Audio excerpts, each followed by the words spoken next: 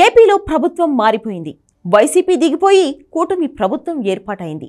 కొత్త రాజధాని, కొత్త పథకాలు, కొత్త పద్ధతులు, కొత్త మంత్రులు, ఇవన్నీ అందరూ మాట్లాడుకుంటుంటే మందుబాబుల ఆరాటం మాత్రం వేరేగా ఉంది.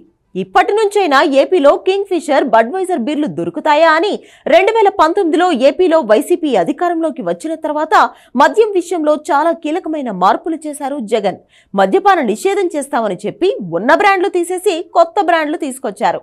అవి కూడా సామాన్యులు కొనలేని స్థాయిలో రేట్లు ఏర్పాటు చేశారు.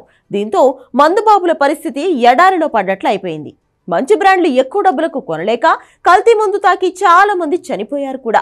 వైసీపీ ప్రభుత్వంలో ఉన్నప్పుడు ఈ మందు గురించి చాలా చర్చ కూడా జరిగింది. మందు బ్రాండ్ల పేర్లు, వాటి కోసం మందుబాబులు పడుతున్న అవస్థలు వైరల్ అయ్యాయి. ఏపీలో అధికారంలోకి వస్తే పాత బ్రాండ్లు పాత ధరలకే అందిస్తామంటూ కూటమి నేతలు హామీ ఇచ్చారు. అన్నట్టుగానే అధికారంలోకి వచ్చారు. దీంతో మా పొలంలో మొలకలొచ్చాయంటున్నారు మందుబాబులు.